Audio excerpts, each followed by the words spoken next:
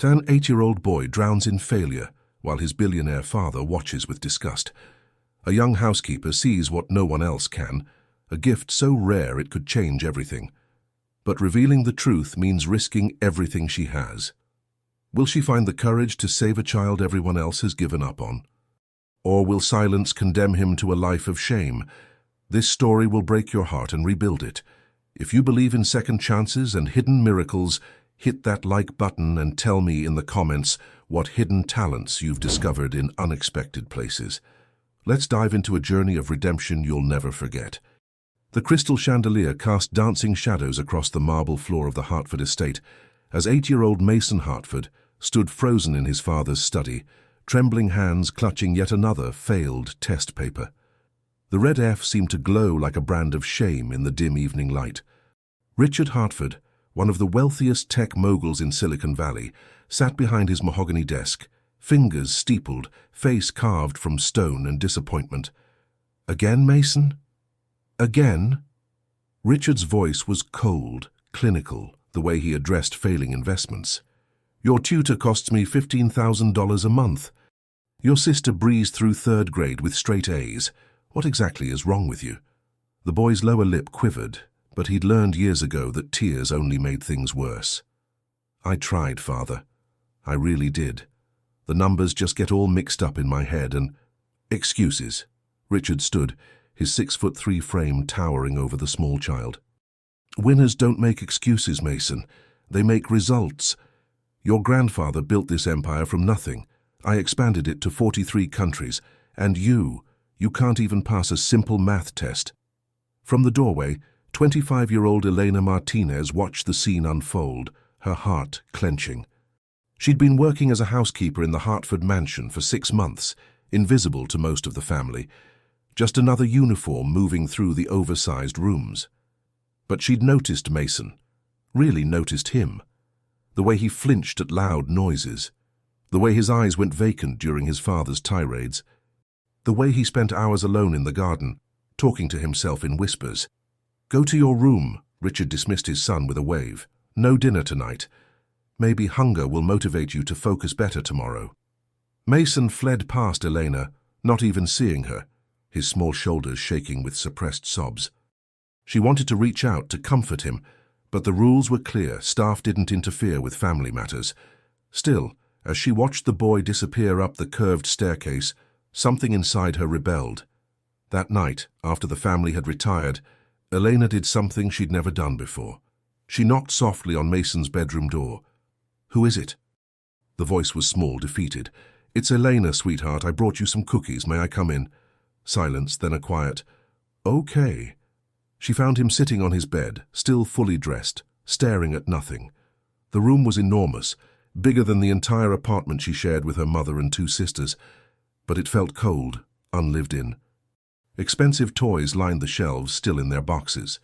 Awards and trophies that belonged to his sister filled a display case, a constant reminder of what he wasn't. "I'm not supposed to have food," Mason said dully. "Father's rules. What your father doesn't know won't hurt him." Eleanor sat beside him, offering the plate of chocolate chip cookies she'd snuck from the kitchen. Besides, growing boys need to eat. He took one hesitantly, and as he ate, something in his posture softened slightly. Eleanor noticed his eyes. They were old eyes, too old for an 8-year-old, carrying burdens no child should know. "Can I tell you a secret?" Elena asked gently. Mason nodded, chewing slowly. "When I was your age, I failed every single test they gave me at school. Everyone. My teachers thought I was stupid. Other kids made fun of me. But you know what? I wasn't stupid. My brain just worked differently. It took me longer to learn things the way they wanted to teach them, but I learned them my own way, and now I'm studying at community college to be a teacher." She touched his small hand. "Sometimes the world tells us we're failures when really, we're just different, and different can be extraordinary." For the first time since she'd entered, Mason met her eyes. "Do you really think so?" "I know so." He was quiet for a long moment, then whispered, "There's something I can do. But Father thinks it's stupid. He says it's a waste of time." Elena's heart quickened. "What is it, Mason?" The boy slid off his bed and walked to his closet, disappearing inside. When he emerged, he carried a worn notebook, its edges soft from constant handling. He hesitated, clutching it to his chest. "It's okay," Elena encouraged. "I won't tell anyone if you don't want me to." Slowly, Mason opened the notebook and handed it to her. Eleanor gasped. The pages were filled with intricate drawings, not childish scribbles, but detailed, technically precise architectural sketches. Buildings with impossible angles, bridges that seemed to defy gravity, structures that looked both fantastical and somehow mathematically sound. Each drawing was labeled with measurements and notes in small, careful handwriting. "Mason," she breathed, "these are incredible. How long have you been doing this?" "Since I was 6. I see buildings in my head, entire cities. I know exactly how they should be built, what materials to use, how the weight should distribute." His voice grew animated for the first time. "I can look at a building and know if it's structurally sound just by seeing it. Father's new office building downtown? It has a flaw in the eastern support column. I tried to tell him once, but he said I was being ridiculous." Elena flipped through page after page, her mind reeling. She'd taken enough architecture courses in her continuing education program to recognize that these weren't random drawings. They showed genuine understanding of principles that most adults couldn't grasp, let alone an 8-year-old child. "Mason, this is a gift, a real, genuine gift. You're not a failure, you're exceptional." "But I can't do math," he said miserably, "and my handwriting is messy, and I can't sit still in class. Father says those things matter. These drawings don't matter." "Your father is wrong." The words came out more forcefully than Elena intended. "He's absolutely wrong, and I'm going to prove it to you." Over the next 3 weeks, Elena became Mason's secret ally. She'd finish her housekeeping duties, then spend her breaks with the boy, encouraging him to draw, to explain his visions. She borrowed books on architecture from the library, and was stunned to discover that Mason could absorb complex concepts that took college students months to understand. His mind worked in 3 dimensions, naturally, effortlessly. But she also witnessed the daily destruction of his spirit. Richard Hartford was relentless in his criticism. When Mason scored a C on a spelling test, an improvement from his usual Fs, his father barely glanced at it. "C is still failing in this family," Richard said coldly. "Your sister never brought home anything below an A." Mason's older sister, 13-year-old Victoria, wasn't much better. She'd inherited their father's competitive nature and seemed to take pleasure in her brother's struggles. "God, Mason, even kindergartners can do this math," she'd sneer at dinner, loud enough for everyone to hear. "Are you actually stupid or just pretending?" Mason would stare at his plate silent, shrinking into himself a little more each day. Eleanor's breaking point came on a rainy Thursday afternoon. She was cleaning the second-floor hallway when she heard shouting from Richard's study. Against her better judgment, she moved closer. "I've hired a specialist to evaluate you," Richard was saying, his voice sharp with frustration. "Dr. Brennan says you show signs of attention deficit disorder, possibly dyslexia, maybe other learning disabilities. Do you have any idea how this reflects on me? On our family name?" "I'm sorry, Father." Mason's voice was barely audible. "Sorry doesn't fix anything. I have investors asking about my children, about succession planning. What am I supposed to tell them? That my son can barely read at grade level? I can read, it takes me longer, and sometimes the letters—" Excuses, always excuses. Something slammed, probably Richard's fist on the desk. "You know what? I'm done. I'm sending you to Ashford Academy next fall. Military boarding school. If I can't teach you discipline, maybe they can." Elena heard a sound that made her blood run cold, a small broken sob from a child who'd run out of hope. That night, she made a decision that could cost her everything. She waited until the house was quiet, then went to Richard Hartford's study and knocked firmly. "Mr. Hartford?" "I need to speak with you. It's about Mason." Richard looked up from his laptop, clearly annoyed at the interruption. "What is it, Elena? I'm busy." "Sir, I know it's not my place, but I've been watching Mason, and I think you're missing something important about your son." His expression darkened. "I don't recall asking for parenting advice from the help." Elena's hands shook, but she pressed on. "With all due respect, sir, You're so focused on what Mason can't do that you're completely blind to what he can do. He has an extraordinary gift." "A gift?" Richard's laugh was harsh. "My son can barely function in a normal classroom, and you think he has a gift?" "Yes, sir. In architecture, structural engineering, he sees things that most people, most trained professionals can't see. He's been creating detailed building designs that demonstrate advanced understanding of physics and mathematics." "Drawings?" Richard's voice dripped with contempt. "You're wasting my time talking about doodles." "They're not doodles, Mr. Hartford." Elena stood her ground, though her heart hammered. "With your permission, I'd like to show you what your son can really do. Give me one chance to prove it. If I'm wrong, I'll resign immediately, but if I'm right—" She took a breath. "If I'm right, you might be sending away one of the most brilliant minds I've ever encountered." Richard stared at her for a long moment. Then, to her surprise, he said, "Fine. You have 1 week to prove this alleged gift. But when you fail, and you will fail, you're fired, understood?" "Understood, sir." As Elena left the study, her legs nearly gave out. She'd just gambled her entire livelihood on an 8-year-old boy's drawings. But as she climbed the stairs to her small attic room, she thought of Mason's eyes, so full of pain and hidden brilliance, and knew she'd made the right choice. What she didn't know was that this single decision would unravel secrets that had been buried for years, expose truths that would shake the Hartford family to its core, and reveal a connection between her and Mason that neither of them could have possibly imagined. The clock was ticking and everything was about to change. Elena barely slept that night, her mind racing through possibilities. By dawn, she'd formulated a plan that was either brilliant or career suicide, probably both. She needed to showcase Mason's abilities in a way that Richard Hartford, a man who only valued tangible results and profit margins, couldn't dismiss. She spent her morning break at the community college library, researching architectural competitions and programs for gifted children. That's when she found it, the National Young Innovators Architecture Challenge, a prestigious competition for students aged 8 to 18.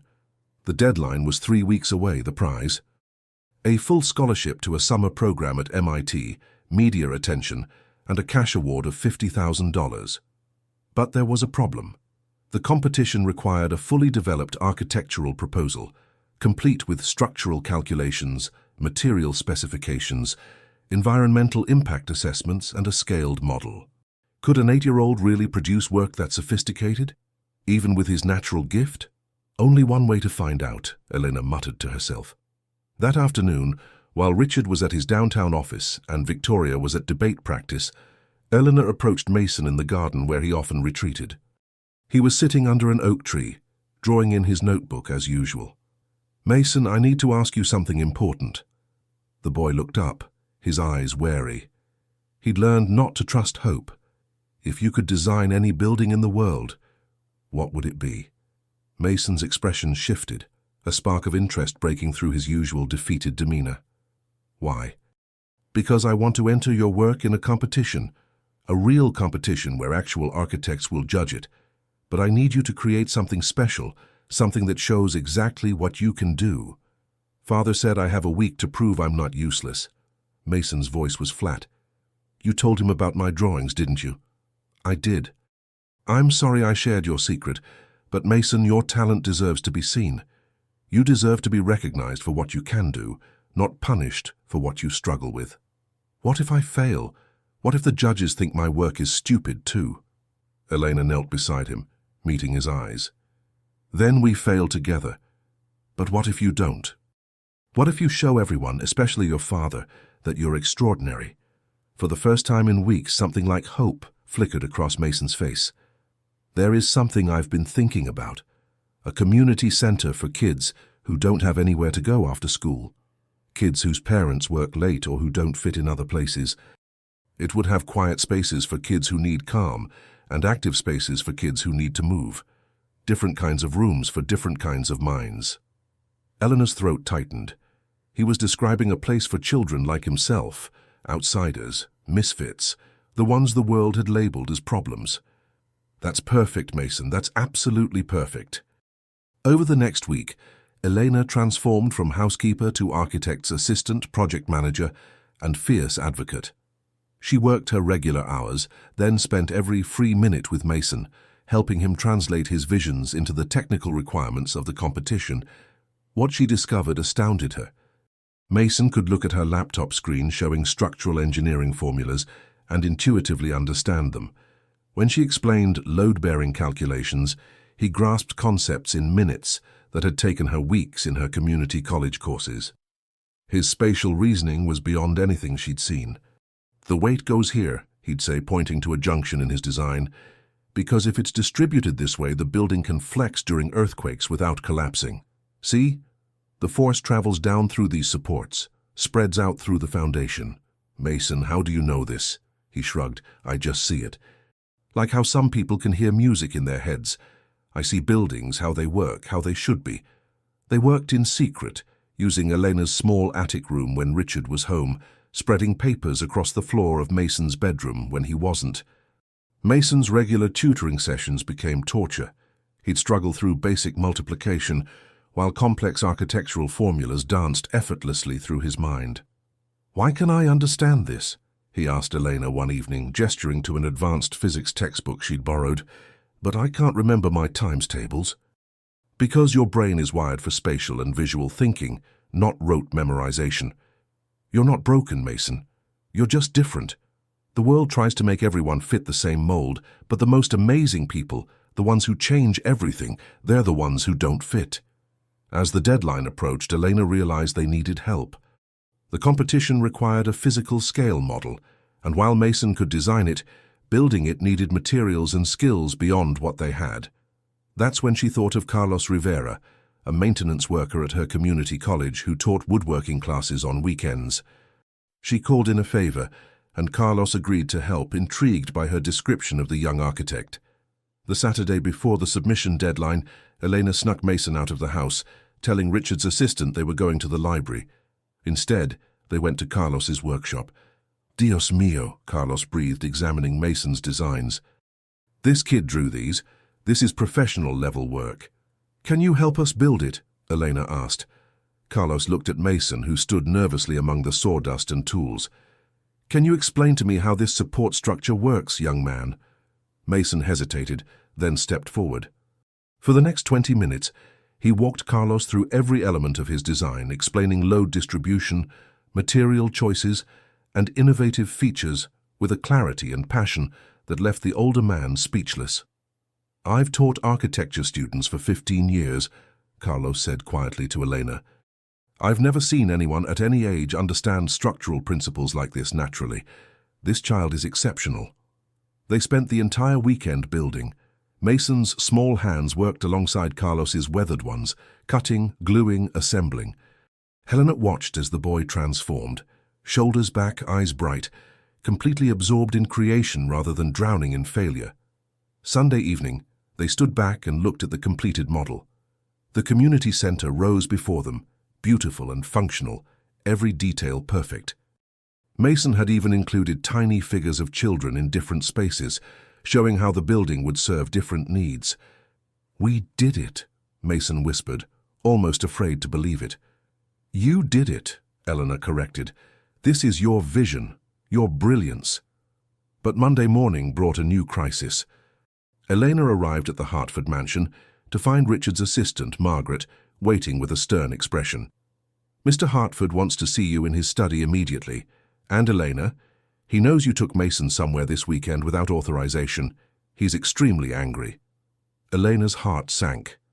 She'd been so focused on the project that she'd forgotten to cover their tracks properly. She'd violated the family's trust, taken their child without explicit permission. She could be fired, possibly even face legal consequences. She knocked on Richard's study door, the model carefully boxed and hidden in her car. "Come in." Richard sat behind his desk, his face thunderous. "You took my son somewhere without asking me first. You left the property with him for an entire weekend. What were you thinking?" "Mr. Hartford, I can explain. I don't want explanations. I want to know where my child was and what you were doing." Elena took a deep breath. "We were finishing his competition entry, the project I told you about. It's done and it's remarkable, and I know I should have asked permission first, but..." A competition? Richard's voice was dangerously quiet. You entered my son in some kind of public competition without my consent. Yes, sir. The National Young Innovators Architecture Challenge. It's a prestigious program that— I know what it is, Richard interrupted. I'm on their board of advisors, and you entered Mason, my son who can barely complete a homework assignment. Your son, who can design buildings that would impress professional architects. Yes, sir. Show me. Elena hesitated. Sir? Show me this allegedly remarkable project, right now.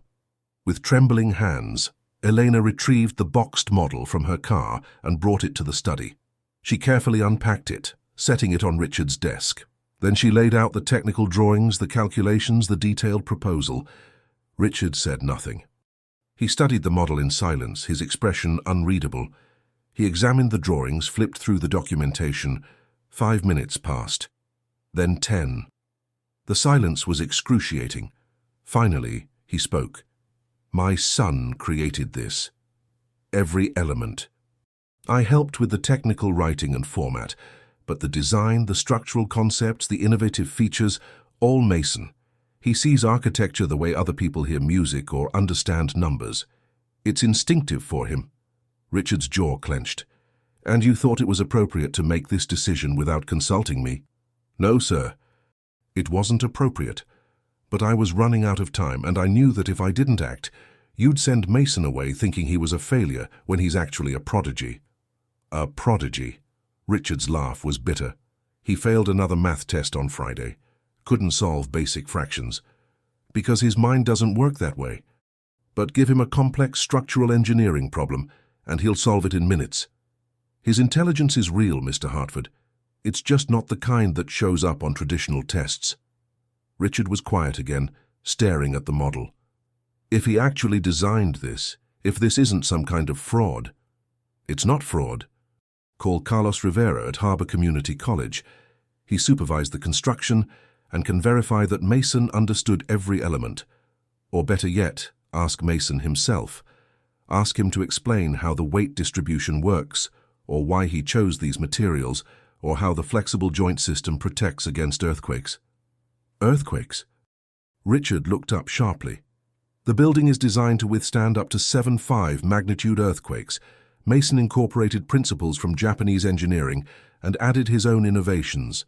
For the first time since Elena had entered, uncertainty crossed Richard Hartford's face. I want to talk to my son. Bring him here. Elena found Mason in the library, trying to focus on his homework but clearly terrified about what was happening in his father's study. When she told him his father wanted to see him, the color drained from his face. Am I in trouble? Are you in trouble? I don't know, sweetheart, but your father wants you to explain your design. Can you do that? Mason nodded, though his hands shook. They walked to the study together, and Elena gave his shoulder a gentle squeeze before opening the door. Mason entered, small and frightened before his father's imposing desk. Richard gestured to the model. Eleanor tells me you designed this. Yes, father. Explain it to me. How does this structure work? And Mason began to talk. Haltingly at first, then with growing confidence, he walked his father through every aspect of his design. His words tumbled out, technical and precise, describing concepts that most adults couldn't grasp. He explained the innovative climate control system, the modular spaces that could be reconfigured for different activities, the sensory-friendly quiet rooms, the earthquake-resistant foundation. As he spoke, his entire demeanor changed. This wasn't the defeated, struggling child who couldn't pass spelling tests. This was a brilliant young mind finally given permission to shine in the area where he was born to excel. Richard listened, his expression shifting from skepticism to confusion to something that might have been wonder.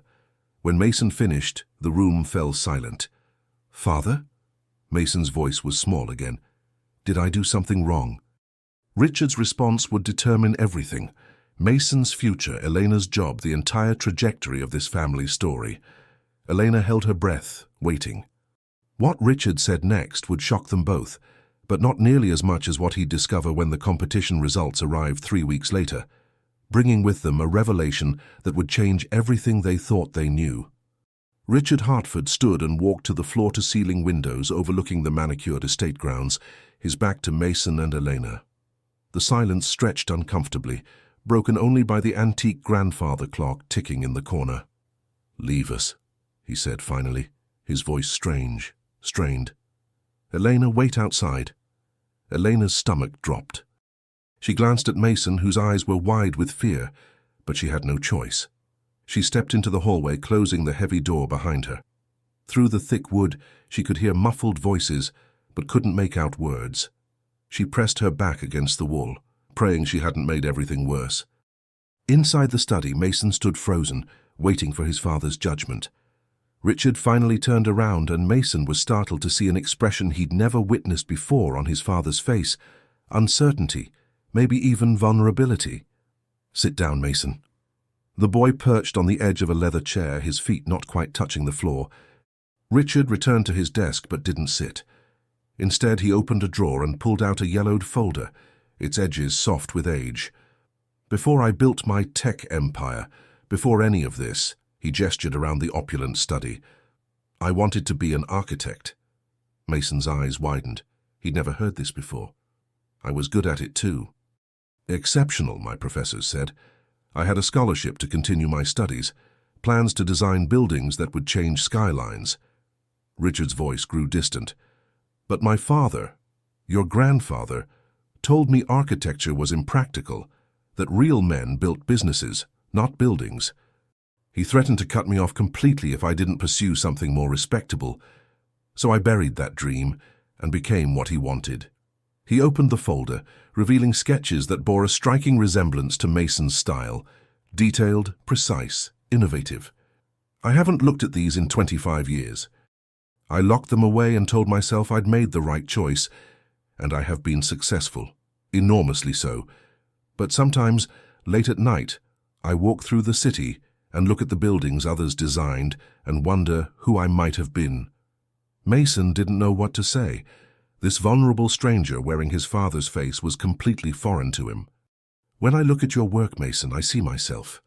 The part of me I killed to become what my father demanded." Richard's jaw tightened. "And I've been doing the same thing to you, forcing you into a mold that doesn't fit, punishing you for not being something you were never meant to be. Father, I really did try to be good at math and spelling. I tried so hard, I know you did. And I was too blind, too stubborn, too damaged by my own father's rejection to see what was right in front of me." Richard finally sat down, looking suddenly exhausted. "You have a gift, Mason. A real, genuine gift. And I almost destroyed it because I was terrified of seeing my own lost dreams reflected in my son." Tears welled up in Mason's eyes. "So I'm not stupid? I'm not broken?" "No. God, no." Richard's voice cracked. "You're brilliant, just not in the ways I was measuring. I'm so sorry, son. I'm so deeply sorry." It was the first time Richard Hartford had ever apologized to his child. Mason began to cry. Not the silent, suppressed sobs of shame, but the releasing tears of a burden finally lifted. Richard came around the desk and, awkwardly at first, pulled his son into an embrace. "I'm going to do better, I promise. No more comparisons to your sister. No more punishments for struggling with things your brain isn't wired for. We'll find you the right support for reading and math, but we're also going to nurture this gift, starting now." When Eleanor was finally called back into the study, she found father and son sitting together, examining the model, Richard asking questions and actually listening to the answers. "Eleanor," Richard said, "I owe you an apology as well, and my gratitude. You saw what I was too blind to notice. You risked your job to advocate for my son. That took remarkable courage. I just wanted Mason to be seen for who he is, not who everyone expected him to be. Well, he will be. I'm submitting this entry to the competition, and regardless of the outcome, I'm hiring a consultant to work with Mason on developing his architectural skills properly. No more hiding in secret." Over the next 3 weeks, the Hartford household transformed. Richard cancelled the boarding school enrollment and instead found a specialized school for children with learning differences, one that celebrated diverse intelligences. He hired a tutor who understood that Mason's struggles with traditional academics didn't reflect his overall intelligence. Most surprisingly, Richard began spending real time with his son. They'd sit together in the evenings, Mason drawing while Richard worked, occasionally sharing ideas. The criticism stopped, the comparisons ceased. Victoria, however, was struggling with the shift. For 13 years she'd been the golden child, the perfect one, her worth measured by being everything her brother wasn't.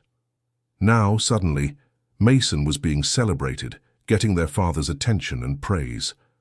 One afternoon, Elena found Victoria in the library, viciously erasing something in her homework. "Everything okay, Victoria?" "Why do you care?" The girl's voice was sharp. "You're too busy fawning over Mason and his stupid drawings." Elena sat down across from her. "You're angry." "I'm not angry." "I just think it's ridiculous that everyone's acting like Mason's some kind of genius when he can't even read a chapter book without help. I work hard, I get perfect grades, and suddenly that doesn't matter because he can draw buildings? Your accomplishments still matter, Victoria. Your father is still proud of you. He never looks at me the way he looks at Mason now, like he's discovered something precious." Victoria's voice wavered. "I've been precious this whole time, but he only cares now that Mason turned out to be special too." Elena's heart ached for this child, recognizing the pain of a young girl whose identity had been built on being better than her brother, only to have that foundation crack. "You know what's really hard? Being special at things that don't make you happy." Elena spoke carefully. "I've watched you, Victoria. You're brilliant at debate, perfect at piano, exceptional at everything you do, but I've never seen you smile doing any of it. Have you ever asked yourself what you'd love to do if you weren't trying to be perfect?" Victoria stared at her, startled. No one had ever asked her that before. I don't know. Maybe it's time to find out. Not to compete with Mason or earn your father's approval, just for you." The day the competition results arrived, the entire household held its breath. Richard called everyone into the living room, his wife Catherine, who'd been largely absent during Mason's struggles, Victoria, Mason, and Elena. Richard opened the email on his tablet, his face unreadable as he scanned the message. The silence was excruciating. Then his eyes widened. "Mason, you won. First place in your age category. The judges called your work visionary, technically sophisticated beyond the designer's years, and emotionally intelligent in its understanding of diverse human needs." The room erupted. Catherine gasped. Victoria's eyes went wide, and Mason looked like he might faint. "There's more," Richard continued, his voice thick with emotion. "You've been awarded the MIT Summer Scholarship, the cash prize, and the lead judge wants to meet you. Dr. Sarah Chen. She's one of the most respected architects in the world. She wants to mentor you." Mason turned to Elena, tears streaming down his face. "We did it. We really did it. You did it, sweetheart. All you." The celebration lasted all evening. Richard ordered Mason's favorite pizza, and for the first time in the boy's memory, dinner was joyful, relaxed, filled with pride instead of criticism. But that night, after everyone had gone to bed, Eleanor was summoned to Richard's study once more. "Eleanor, I need to talk to you about something serious." Her heart quickened. Had she overstepped somehow? The competition required background information on participants, including family history. Standard stuff, usually. But Mason's entry prompted some questions from Dr. Chen. She noticed certain elements in his design philosophy, specific approaches to spatial problem-solving that reminded her of someone. Someone? Richard's expression was strange, almost cautious. Her graduate school mentor, a brilliant architect named David Martinez. He specialized in community-focused design, buildings that served marginalized populations. He died 15 years ago in a car accident. Eleanor felt the blood drain from her face. "That was my father's name, David Martinez. He died when I was 10. Richard pulled up a photo on his computer, a professional headshot of a handsome man in his 30s, warm eyes and an easy smile. "Is this him?" Eleanor's hand flew to her mouth. "Yes. That's my father. But I don't understand. What does this have to do with Mason?" "Dr. Chen sent me some of your father's work. Look at these designs." Richard showed her a series of architectural drawings from decades ago. Eleanor stared, her mind reeling.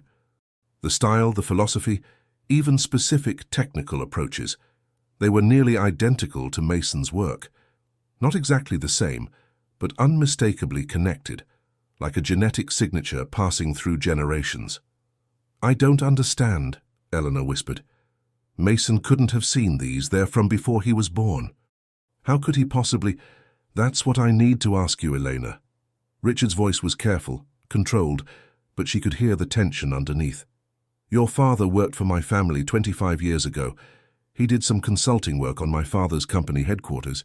He was here in this house for several months." The implication hung in the air, terrible and impossible.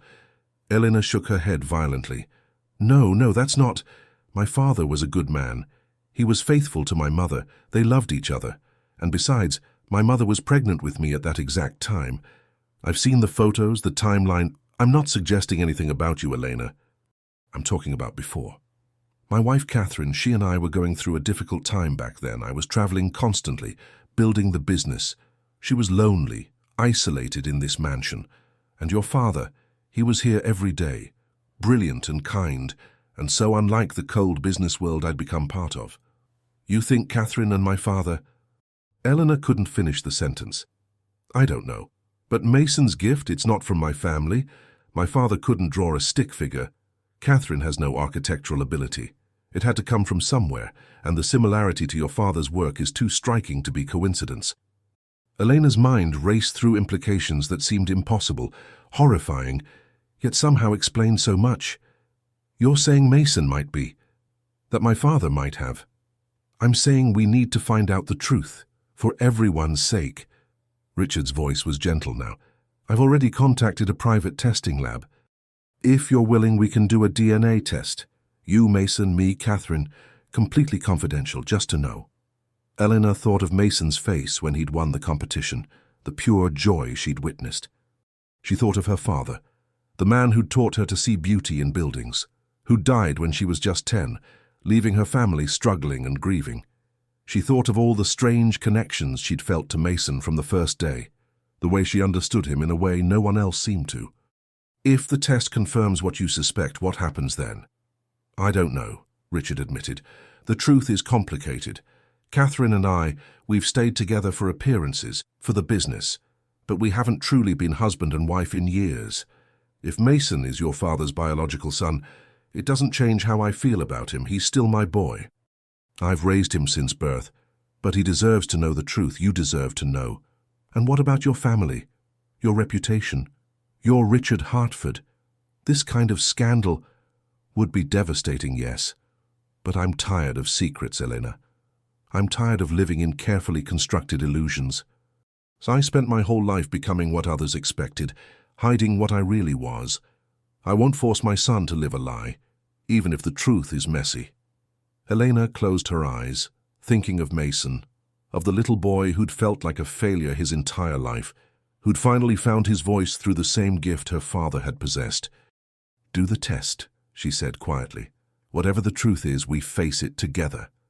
What she didn't know, what none of them knew, was that the truth waiting to be uncovered was even more complicated than they imagined, and it would require every ounce of courage they possessed to navigate what came next.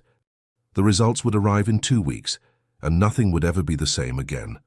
The 2 weeks waiting for DNA results stretched like years. Elena continued cleaning the Hartford mansion, but everything felt surreal. Every time she looked at Mason, she saw her father, the gentle tilt of his head, the way his hands moved when drawing, even his quiet laugh. Richard had insisted they tell no one until the results arrived. Catherine agreed to the test with surprising calm, as if she'd been waiting for this moment for 25 years. Victoria sensed something brewing, but couldn't grasp what, making her more irritable than usual. Mason remained blissfully unaware of the storm gathering around him. His new school celebrated his strengths while supporting his challenges, and for the first time in his 8 years, he was thriving. Dr. Sarah Chen had begun remote mentoring sessions, and Mason would light up during their video calls, discussing architectural concepts with someone who finally spoke his language. One afternoon, Eleanor found him in the garden, sketching with a genuine smile on his face. "Elena, look what Dr. Chen sent." He showed her a tablet displaying designs for a children's hospital. See how she created different wings for different ages? And the colors. She used psychology to make it less scary. It's beautiful, sweetheart. Mason studied her face with those knowing eyes. You've been sad lately. Is everything okay? Elena's throat tightened. How could she explain that his entire world might shift? Just thinking about grown-up things. Is it about Dad? He's been acting weird too. Nice weird, though. Your father is trying to be better. For you. I know. It's amazing. Mason returned to his drawing. Dr. Chen says some of history's most important people thought differently. Einstein struggled in school. Did you know that? I did. She says my brain isn't broken. It's wired for different problems. Big problems that need new solutions. Wonder filled his voice. She thinks I could help people someday. Design buildings that make life better. Elena blinked back tears. You're going to do incredible things, Mason. What she couldn't say was that she might be his half-sister, that the gift he possessed might be a genetic inheritance from her own father. The results arrived on a Tuesday morning via encrypted email. Richard summoned Eleanor to his study immediately. Catherine was already there, her usual composure cracking. They're here, Richard said. I haven't opened them. I wanted you both present. Catherine spoke first, her voice trembling. Before you read that, I need to say something. 25 years ago, I was desperately unhappy. Richard was never home, building his empire. When David Martinez came here, he was the first person who truly saw me. Not as Richard Hartford's wife, but as myself. Catherine, Richard began, let me finish. David and I developed feelings, but he wouldn't act on them. He loved his wife, honored his vows. But there was one night, after I discovered Richard's affair with his assistant, when everything fell apart. I was devastated, angry, and I made a choice I've regretted ever since. Richard's face went pale. I never knew you knew about Jennifer. I've always known. We were both betraying our vows differently. David left immediately after that night. 3 months later, I discovered I was pregnant with Mason. The room fell silent except for the clock's relentless ticking. I convinced myself Mason was Richard's. The timing worked. But as he grew, showing interests that came from nowhere in our families, I wondered. When Elena showed me David's work, I knew. Richard opened the email, his expression carefully neutral as he read. Then he turned the screen toward them. The results were conclusive. Mason Hartford and Elena Martinez shared 25% DNA, half-siblings. David Martinez was Mason's biological father. So, what now? Elena whispered. Richard walked to the window. Now we tell Mason he deserves the truth. He's finally found his confidence. This could destroy it or give him deeper understanding of his gift. He needs to know, Catherine said firmly. I've lived a lie for 25 years. It's poisoned everything. I won't keep lying. Then we tell him together, Richard decided, all of us. And we make sure he knows this doesn't change how loved he is. Elena's voice broke. My mother loved my father so much. This will devastate her.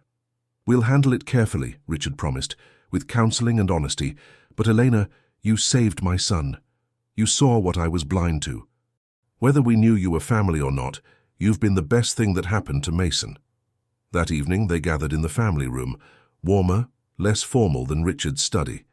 Mason knew immediately something serious was happening. Am I in trouble?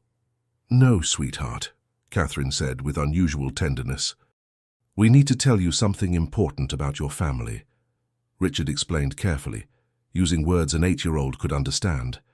They showed photos of David Martinez, explained his architectural legacy, described the gift Mason inherited. Mason listened, his face cycling through confusion and shock, before settling on wonder. So Elena is my sister, my real sister.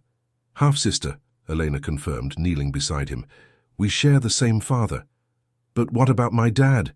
Fear filled Mason's eyes as he looked at Richard. Richard pulled him into his arms, holding tight. I'm absolutely still your dad. I've been your father since you were born. DNA doesn't change that. Love makes a family, not biology. But I look like him. Mason studied David's photo. You look like the best parts of everyone, Elena said. You have your biological father's gift for seeing beauty in structure. You have Richard's determination. You're entirely your own person, Mason. Extraordinary and unique. Victoria appeared in the doorway, clearly having eavesdropped. So Mason's not actually my brother.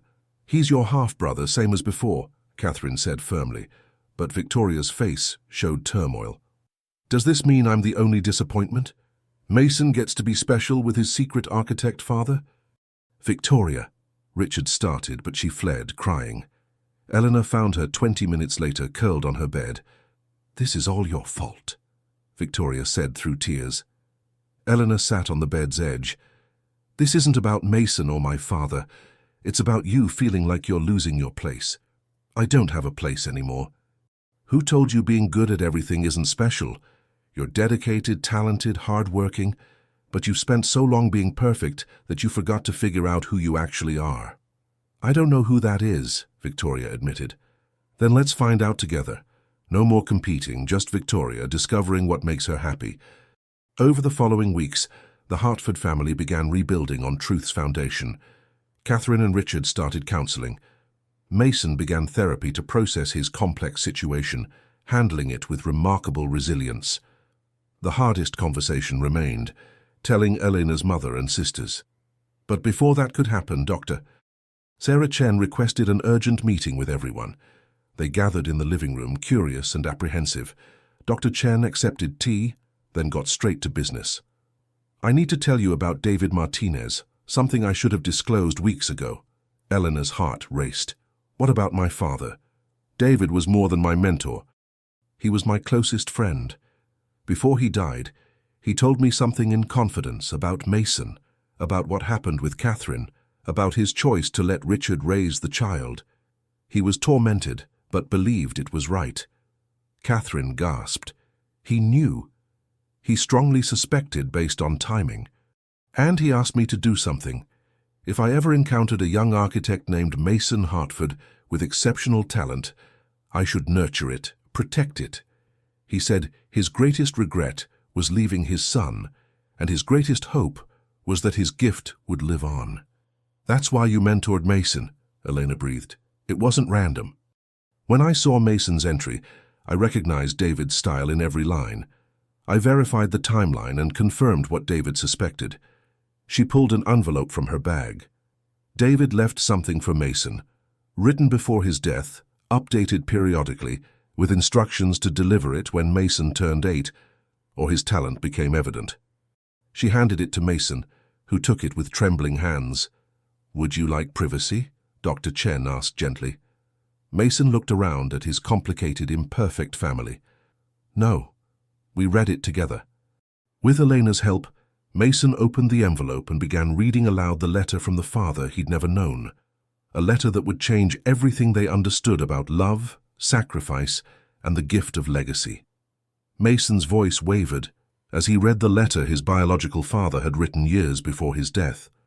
Dear Mason, if you're reading this, Dr. Chen found you and recognized the gift I believe you carry. It means you've shown the world what I always suspected.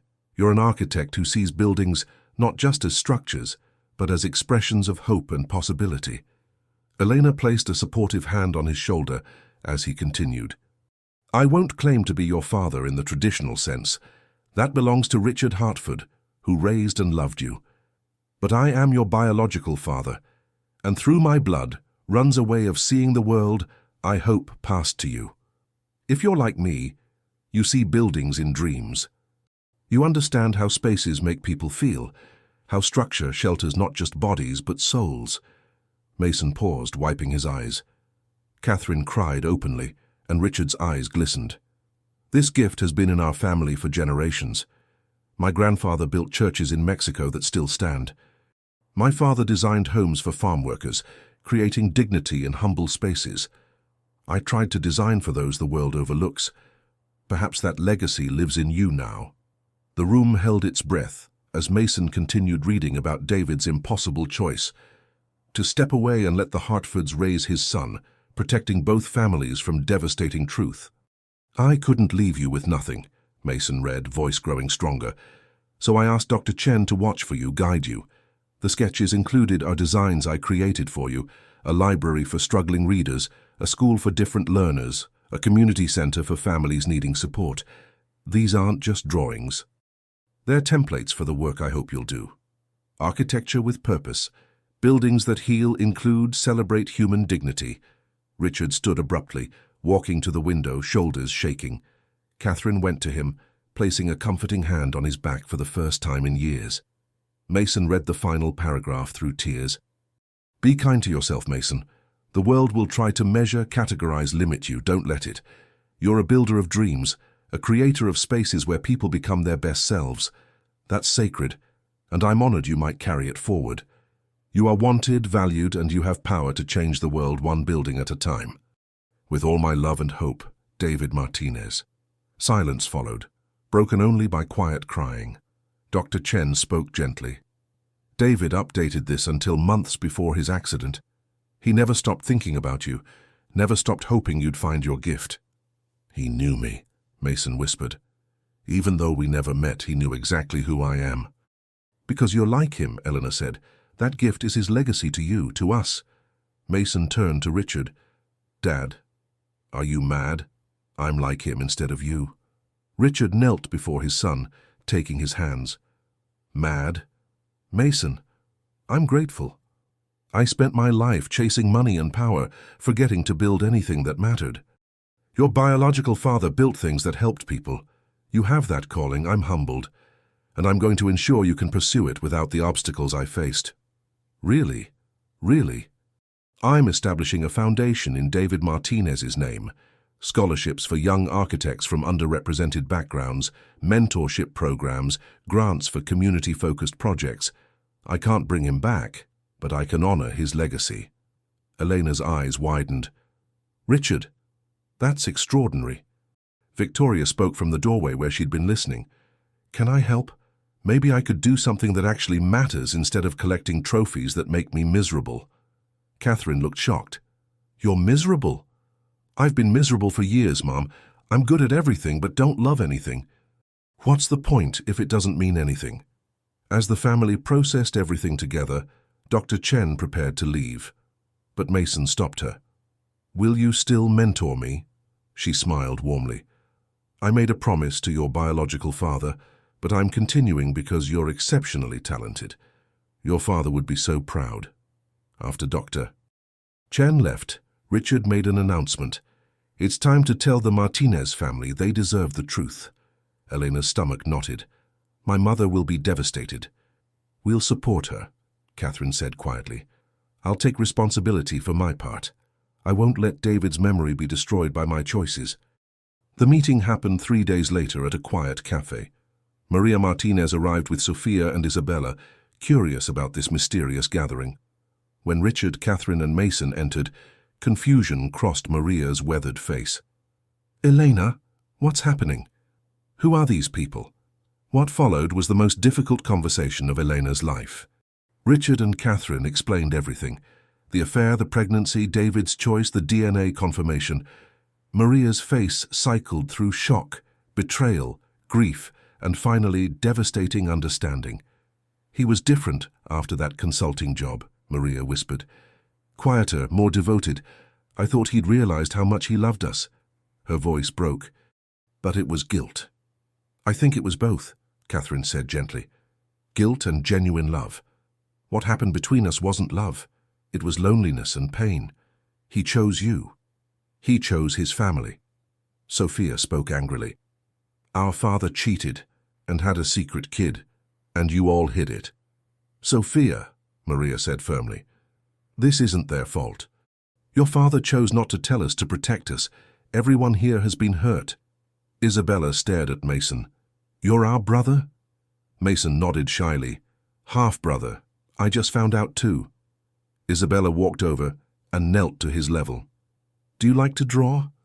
Our dad drew all the time. I love to draw. Buildings mostly. Just like Dad. Isabella's eyes filled with tears. He would have loved you. That moment broke something open in Maria. She began crying, quiet, healing tears. Eleanor embraced her mother, and Isabella joined, and even angry Sophia allowed herself to be pulled in. I don't know how to feel, Maria admitted. I'm angry he lied, betrayed our vows. But he was a good man who made a mistake. And this child is innocent, he's family. Over the next hour they talked. Maria asked about Mason's interests, struggles, breakthrough. When she learned about his architectural gift, her expression shifted. Your father's gift. He passed it on after all. I wish I could have known him, Mason said softly. He was amazing, Maria confirmed. He saw beauty everywhere, built with his heart, not just hands. She showed Mason photos of David throughout the years. Mason stared, seeing himself reflected. We have the same hands. You do. The same head tilt when thinking. Maria's voice thickened. I can't replace the years you didn't know him, but I can tell you who he was. I'd like that. Richard cleared his throat. Mrs. Martinez, I'm establishing a foundation in David's name. I'd like your family involved in governance if you're willing. Maria looked at this billionaire who'd raised her husband's son. You loved him too, didn't you? As your son. From the moment he was born. Then we have that in common. Maria extended her hand. I'll help with the foundation, for David's memory and all the children with gifts the world doesn't recognize. Isabella asked if she could stay in touch with Mason, maybe write letters. Sophia, still processing, asked about his competition-winning design. But the biggest surprise came when Catherine approached Maria privately. I need to apologize directly. I knew David was married, that he loved his family, but I pursued it anyway because I was selfish. David tried to stay faithful. I'm the one who pushed past boundaries. He wasn't bad. He was good, but had a moment of weakness when I made it impossible to be strong. Maria studied her. You could have kept this secret forever. Why tell us now? Because secrets destroy families. Mine's been crumbling under lies for 25 years. And David's son deserves to know where he comes from, deserves both sides of his heritage. You're not what I expected. Neither are you. I expected you to hate me. I'm too tired to hate anyone. Hating you won't bring David back. All we can do is right by these children. The two women, connected by one man's mistake, one child's existence, shared understanding that transcended painful history. As Elena drove her family home that evening, Sophia spoke up. So we have a rich little brother now. Sophia, Maria scolded. What? This is super weird. I think he seems sweet, Isabella offered. Those drawings were incredible. Dad would be proud. Maria stared out the window. Your father carried this secret for years. He must have been in such pain.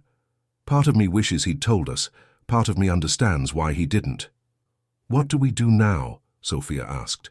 We do what we've always done, Maria said firmly.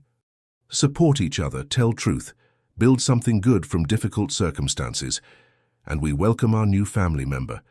That's what your father would have wanted. Elena felt tears streaming as she drove. Her family had expanded unexpectedly, and despite all the pain, it felt right. The healing had begun, but the real test lay ahead. How would this blended, complicated family function together? And what would happen when the media discovered the truth? The answers would come soon, but for now they had each other, and that would have to be enough.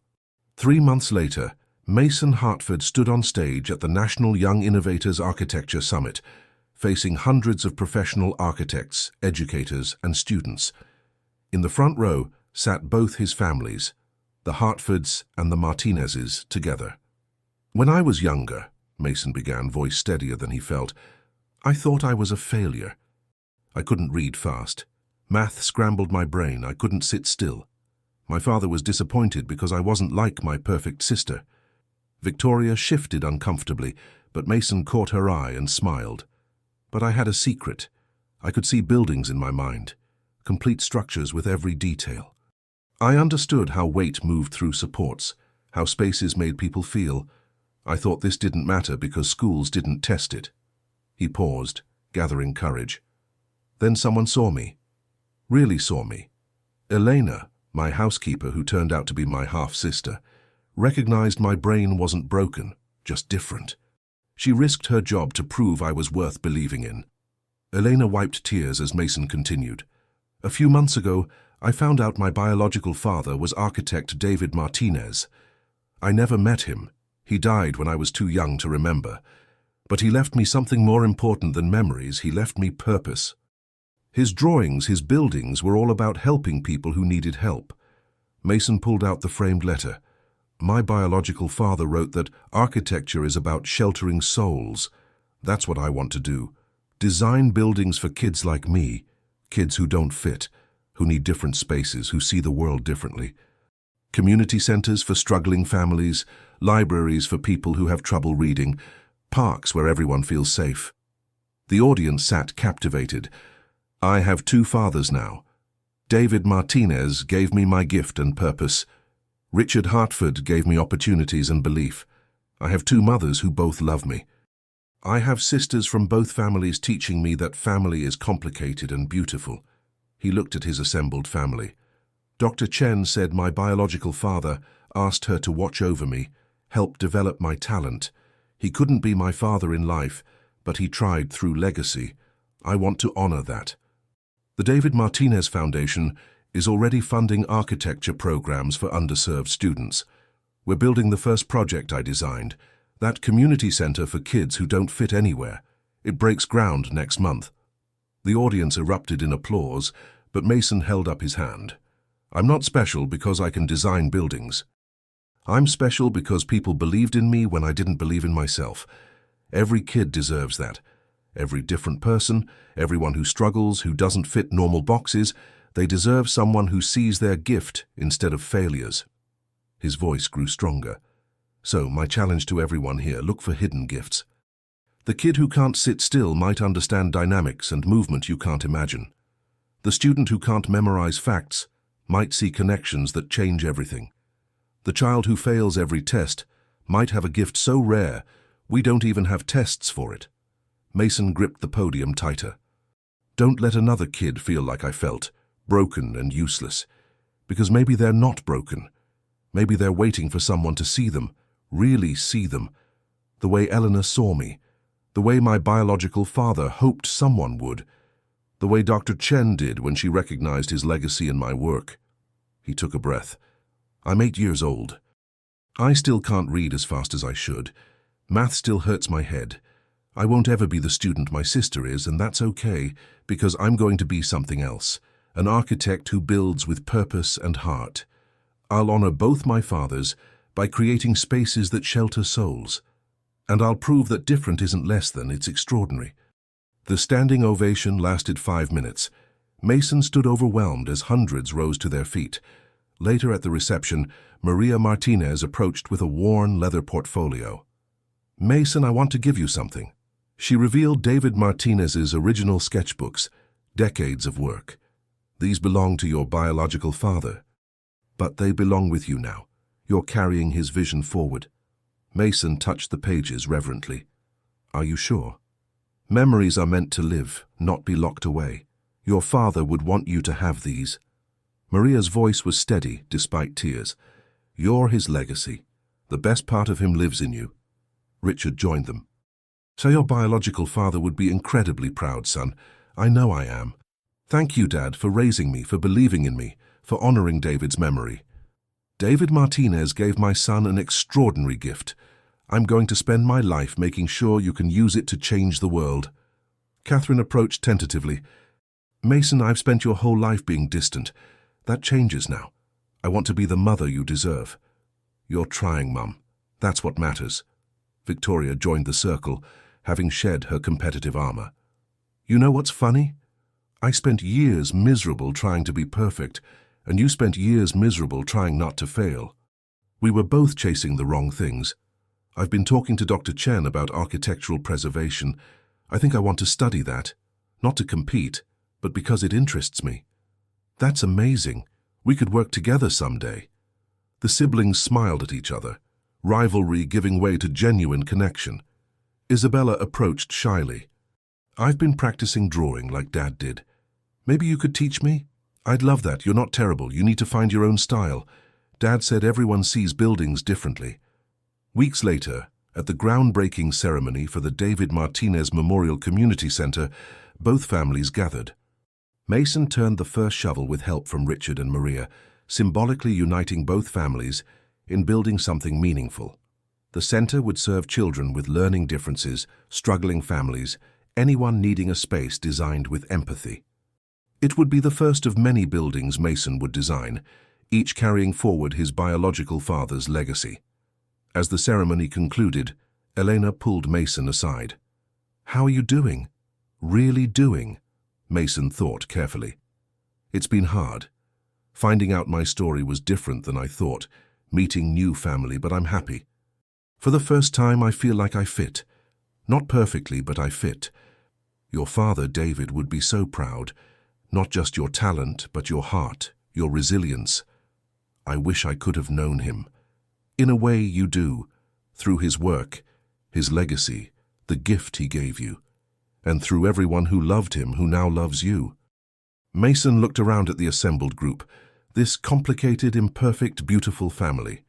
"I used to think family meant blood relatives," Mason said thoughtfully. "But it's bigger. It's people who see you, believe in you, choose to love you, even when it's complicated." "That's exactly what it means." Richard approached with an envelope. "Mason, MIT wants you for their summer intensive next year, youngest student they've ever accepted." Mason's face lit up, then sobered. "But that's in Massachusetts. I'd be away all summer." "We'll visit," Maria assured, "and you can video call." "Your biological father would tell you to take every opportunity to learn," Catherine added. Mason looked at the acceptance letter, then at the construction site, then at the faces of everyone who'd become his family. 8 months ago, he'd been a failing student, a disappointment, a boy who thought he was broken. Now he was a young architect with a bright future, surrounded by believers, carrying forward a legacy of purposeful design.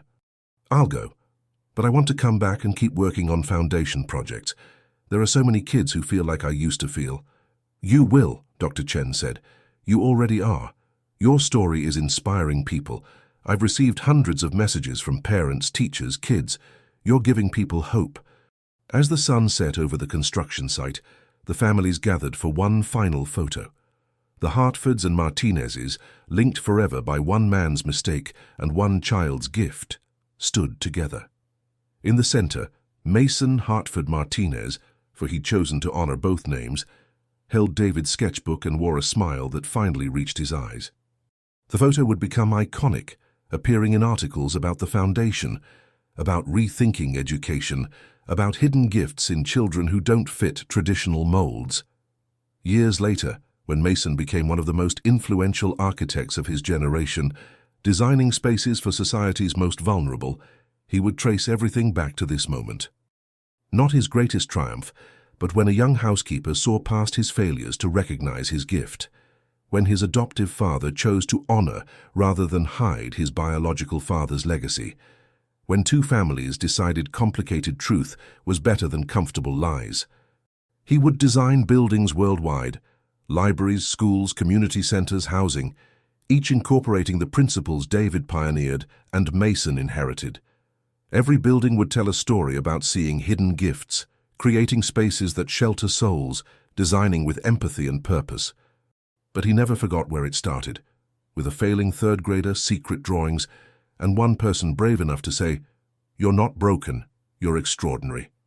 That message echoed through every building he designed, every life he touched, every child he inspired to believe that different doesn't mean less than, sometimes it means exceptional. The hidden gift had been revealed, and in revealing it, Mason had discovered not just his talent but his purpose, his family, and himself. That was the greatest architecture of all, building a life of meaning from complicated beginnings, creating beauty from pain, constructing a future that honored the past while building something entirely new. The little boy who'd failed every test had passed the only test that truly mattered. He'd learned to see his own worth and, in doing so, learned to help others see theirs. That was David Martinez's legacy, Richard Hartford's redemption, Elena's gift to her brother, and Mason's promise to the world, to build spaces where every soul, no matter how different, could find shelter, dignity, and belonging. Mason stayed a moment longer, hand resting on the sign reading David Martinez Memorial Community Center, designed by Mason Hartford Martinez, age 8. He whispered to the father he'd never known, "I'll make you proud, I promise." And somewhere in the legacy that lives through passion and purpose, David Martinez smiled.